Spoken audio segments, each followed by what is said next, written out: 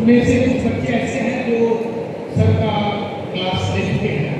हम लोगों का मूल कर्तव्य होता है जीवन रक्षा, चाहे वो आपदा मित्र हो, चाहे आपदा प्रबंधन में कार्य कर रहा हो व्यक्ति हो या आप लोग। अगर आप लोगों ने किसी एक व्यक्ति का आपदा के दौरान आपने जीवन बचा लिया तो समझ लीजिए कि आपका जो ये प्रशिक्षण है और जो आपने ये कोर्स लिया है वो सार्थक इंस्टीट्यूट को भी मैं बधाई देना चाहूँगा कि ऐसी गतिविधियों में आप लोग सम्मिलित रहते हैं। आप सभी लोगों से निवेदन है, इसमें से कितने लोग ऐसे थे जो मैं अभी आज तक पिछले कुछ दिनों में मैंने एक सेशन लिया हुआ था उसमें उपस्थित थे आप जी। अब देखिए कुछ चीजें वहाँ पे छूट गई, मात्र मैं आप लोगों का आधा घंटा समय लूंगा।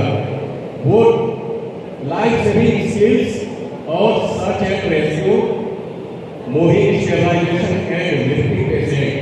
क्योंकि हो सकता है कि आप किस क्षेत्र में काम कर रहे हो, किस संस्था में आप काम कर रहे हो या कोई प्रतिष्ठान में आप लोग काम कर रहे हो, वहाँ पे कभी ऐसा हो सकता है कि कोई ऐसा व्यक्ति जो आग की वजह से या गिर के घायल हो गया है तो कैसे उसको लिफ्ट करें, कैसे उसको उठाएं, उसमें हम चर्चा करेंगे।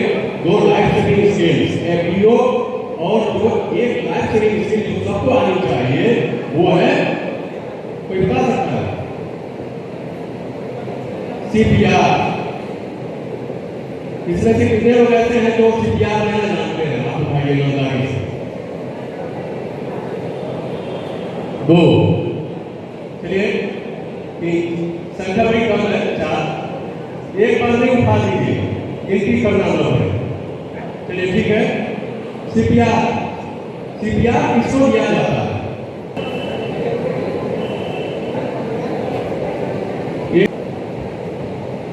जी सर, धन्यवाद सर। देखिए मेरी दादी को भी हार्ट अटैक आया और बहुत मेजर हार्ट अटैक था। मैं अपने लाइफ सेविंग स्किल्स जो मुझे सिखाई गई थी उनका उपयोग करते हुए 4 घंटे तक मैंने सर्वाइव किया। दादी को मैं स्वयं सर्वाइव कर रहा था, दादी मेरी सर्वाइव नहीं कर रही थी क्योंकि मेरे एक इंप्रेशन की वजह से दादी की तबीयत और बिगड़ सकती।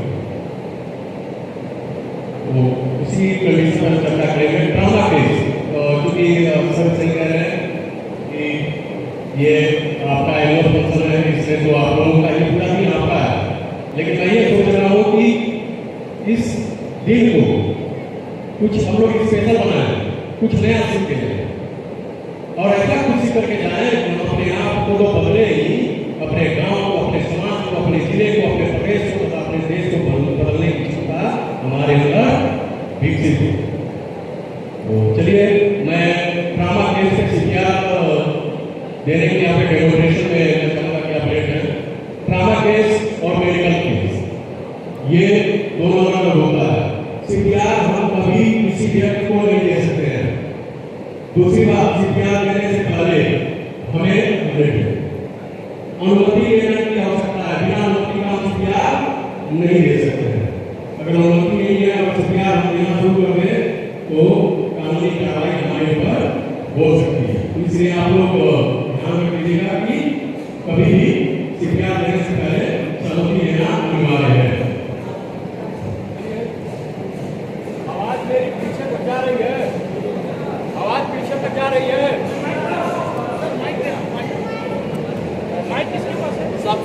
माइक एक और होगा।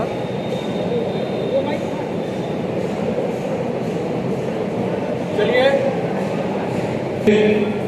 विक्टिम हमारे नीचे गिरे हुए हैं और देखने से पति द्वारा ब्लीडिंग चालू है, यानी ये ट्रॉमा केस है। जब गिरे हुए हैं, मैं पहले ही बताया हूँ कि जो मस्तिष्क है और रीढ़ की हड्डी है, ये दोनों हमारे शरीर को नियंत्रित करते हैं।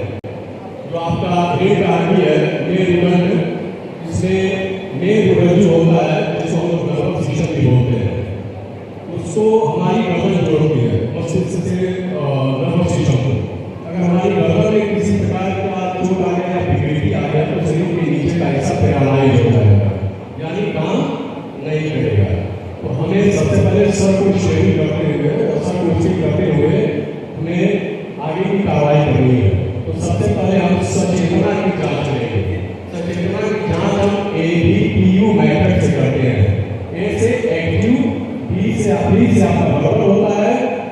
से पेन लेंगे, चिकोटी काटेंगे और यू से अनरिस्पॉन्सिव होगा।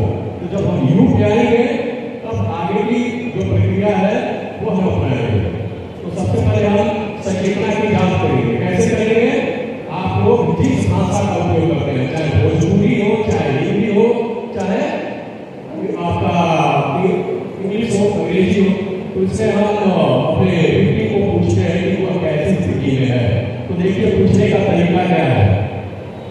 जोर से कंधे को थपथपाएंगे और पूछेंगे जिस भाषा में, जैसे कि भोजपुरी में अगर हमें पूछना है तो पूछेंगे काहो ठीक बालक, या तो आप हिंदी में पूछेंगे क्या आप ठीक है, या इंग्लिश से आदि होके ऐसे में पूछना है। क्या ठीक है, क्या ठीक है, ऐसे हम पूछेंगे। इन्होंने कोई रिस्पॉन्स नहीं किया है, ना ही ये कोई रिस्पॉन्स कर रहे हैं, ना ही बोल रहे हैं, ना एक्टिव है और ये वर्बल भी नहीं है। अब हम चिकोटी काटेंगे, कोई रिस्पॉन्स नहीं हो रहा है। उसके बाद ये अब हम अनरिस्पॉन्सिव है, मामला अब संवेदनशील हो गया है। तो आगे की जो कार्रवाई है वो ABC का हम उपयोग कराएंगे। ए से एयरवे। अब ट्रामा केस से देखिए यही पर थोड़ा सा अंतर होता है। ट्रामा केस हम जबड़ा कैसे करेंगे? जाट फ्रश मेथड का उपयोग करेंगे। कौन सा मेथड? जाट फ्रश।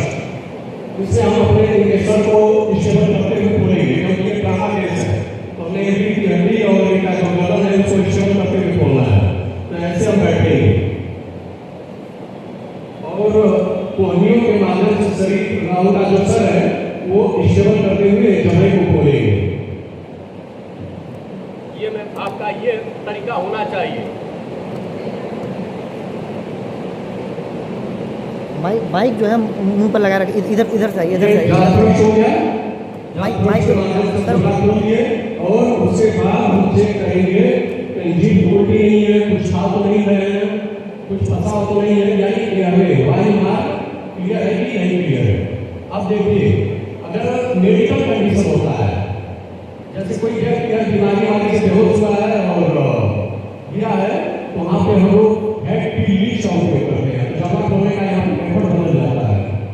यहाँ पे एक हाथ सर पे रखेंगे और दूसरे हाथ से जबड़े को खोलेंगे।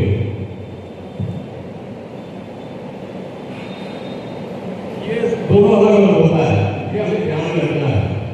उसके बाद जबड़े में हम एयर में देंगे। अब ब्रीदिंग अब चेक करना है। ब्रीदिंग सांस चल रही है कि नहीं है, इससे LLF मेथड का उपयोग करेंगे। Loop listen free.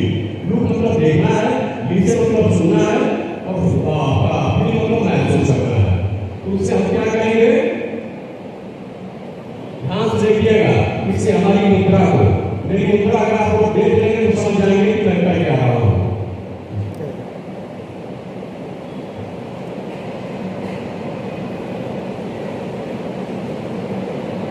और ये होंगे तो हमारा कान इनके नाक के ऊपर था और गाल इनके नाक के जो नाक का लासन चित्र है उसके सामने था और जो हथेली थी हमारे सीने के ऊपर थी।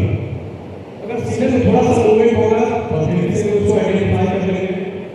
सबसे हमारे शरीर का संवेदनशील हिस्सा होता है वो होता है गाल। गाल पे थोड़ी सी गर्मी लगाई तो महसूस कर लेंगे और कान से हम आवाज को सुन सकते हैं, नाक में थोड़ी सी खटखटाहट आएगी। अब सांस की नहीं चल रही है, मामला गंभीर है, तो आगे कहाँ चेक करेंगे? सर्कुलेशन यानी रक्त प्रवाह। वो कैसे चेक करेंगे ये ध्यान रखिए। फिर यहाँ पे चीजें बदल रही है। ट्रामा केस है, जो व्यक्ति गिरा हुआ है तो उसकी हम कैरोटीड पल्स चेक करेंगे। वो आप लोग सभी लोग गर्दन पे यहाँ पे नहीं लगाइए, दोनों तरफ इधर ही। कुछ महसूस हो रहा है? वो हमारी कैरोटीड पल्स है। और जो मेडिकल कंडीशन में गिरा हुआ है उसकी रेडियल पल्स चेक करेंगे, जो डॉक्टर चेक करते हैं वो यहाँ पे होती है। हाँ, यहाँ पे चेक करेंगे। अगर कोई छोटा बच्चा है तो उसकी रेडियल पल्स चेक करेंगे, क्यों नहीं होता है। कभी कभी डॉक्टर साहब उसी लगा देते हैं तो खून ऊपर चढ़ना शुरू हो जाता है। आप लोग देखे होंगे, लोग कहते हैं कि बोतल उनका खून चढ़ना शुरू हो गया, वो हमारी ध्वनि में लग जाता है। अब आगे की कोई रक्त संचार पंप चेक करेंगे तो ऐसे करेंगे, ऐसे, ठीक है। अब हमें पल्स भी नहीं मिल रहा है, अब हमें सीपीआर देना है। ये अगर अलर्ट होगा देंगे, इमरजेंसी में सर्विस अलर्ट करेंगे, एम्बुलेंस दो चीजें हमें मंगाएंगे। अब उसके बाद सीपीआर देने का जो पद्धति है, आप लोग यहाँ पे देखिए त्रुटि यहीं पे होती है। वो लोग देखे होंगे विचार करके बैठ के तुरंत सुना भरना शुरू कर देते हैं हिंदी में। हमें सीपीआर पॉइंट पता करना है, तो कैसे पता करेंगे? आप गौर करेंगे कि यहाँ से हमारा सब चीज दो हिस्सों में बटा है। आप एक लकीर यहाँ से खींचेंगे, दो हिस्सों में बटा है ना, हर चीज बटा है कि नहीं बटा है? आपका दो आंखें हैं, दो नाक है, नाक का छेद है, और यहाँ पे नोट भी हमारी डिवाइडेड है। आप यहाँ पे नीचे आएंगे तो हमारी पूरी भी डिवाइडेड है, और नीचे आएंगे तो हमारी पसलियाँ डिवाइडेड है। तो एक ऊपर से नीचे रेखा खींचेंगे और वो इधर से हमारे जो निपल्स हैं उनको मिलाएंगे, तो क्रॉस सेक्शन बनेगा कि नहीं बनेगा? जहाँ पे हमारा दोनों रेखाएं मिल रही है वही पॉइंट हमारा सीपीआर पॉइंट है। अगर नहीं घूम पा रहे तो दूसरा पॉइंट आपका खोजने का तरीका है। हमारी जहाँ पे दोनों पसलियाँ मिल रही है वो जाइफाइड प्रोसेस है। जाइफाइड प्रोसेस को घूम लेंगे, दो उंगली ऊपर रखेंगे, जो पॉइंट हमें मिलेगा वो हमारा सीपीआर पॉइंट है। अब उसके बाद हम दबाएंगे, दबाने का क्या रेशियो रहेगा? आपका 1 मिनट में 100 बार, 1 सेकेंड में कम से कम 2 बार दबाना है, और दबाना कितना है? 30 बार। एक सीपीआर का जो चरण होता है वो 30 बार हमें सीपीआर का सिग्नल को दबाना है और 2 बार ब्रीथिंग देना है, हवा देना है। तो सीपीआर देखिएगा मैं देने का तरीका मेरा कैसा है।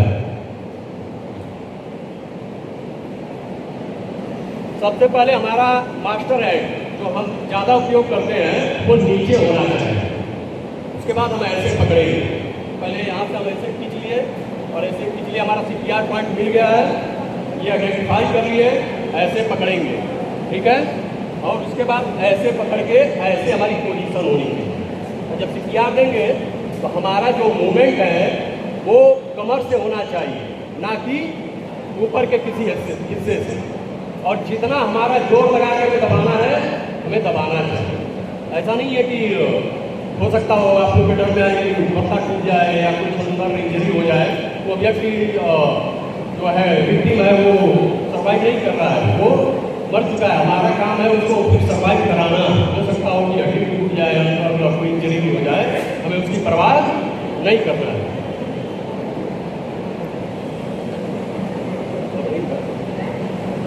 ऐसे दबाना है। तो उसके बाद 2 बार ब्रीदिंग देते समय नाक को बंद कर देना है।